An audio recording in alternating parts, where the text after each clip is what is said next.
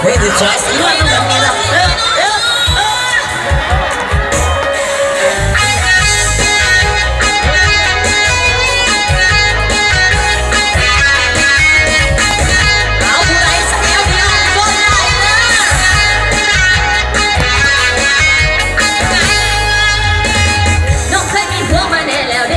แล้วเด้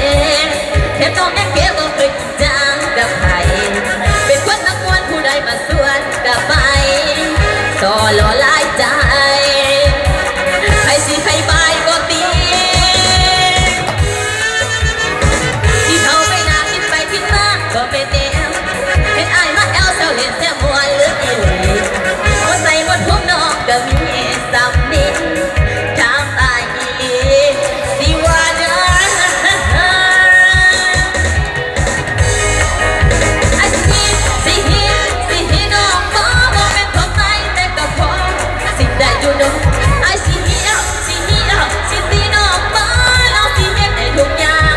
ว่าแต่อายคงสิขาดลังบ่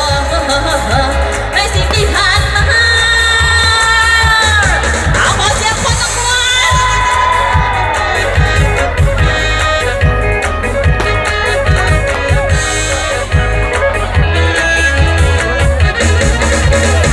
น้องเคยมีผัวมาได้แล้วเด้แล้วเด้ส่งล่างพักเพถึงแม้จะแข็งซ้ำดาถ้าอายพี่น้องเป็นไอเอ็มเฝ้าบอกมาก็อยากเป็นภาระของชีวิตอายที่เขาไปนาคิดไปคิดมาก็เป็นแนวเห็นอายมาแอลเซลเล่นเซลมวนหรืออีหลี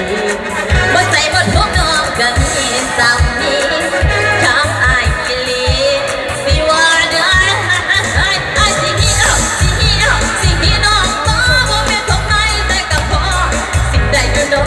อายสิฮีว่าแต่อายขอสิขาดลังบ่ในสิ่งที่ผ่านมาอายสิมีน้องบ่เป็นของใครแต่ก็พอสิ่งใดอยู่น้องอายสิเห็นสิ่งที่น้องบ่น้องสิเห็นทุกอย่างว่าแต่อายขอสิขาดลังบ่ในสิ่งที่ผ่านมาอายสิมี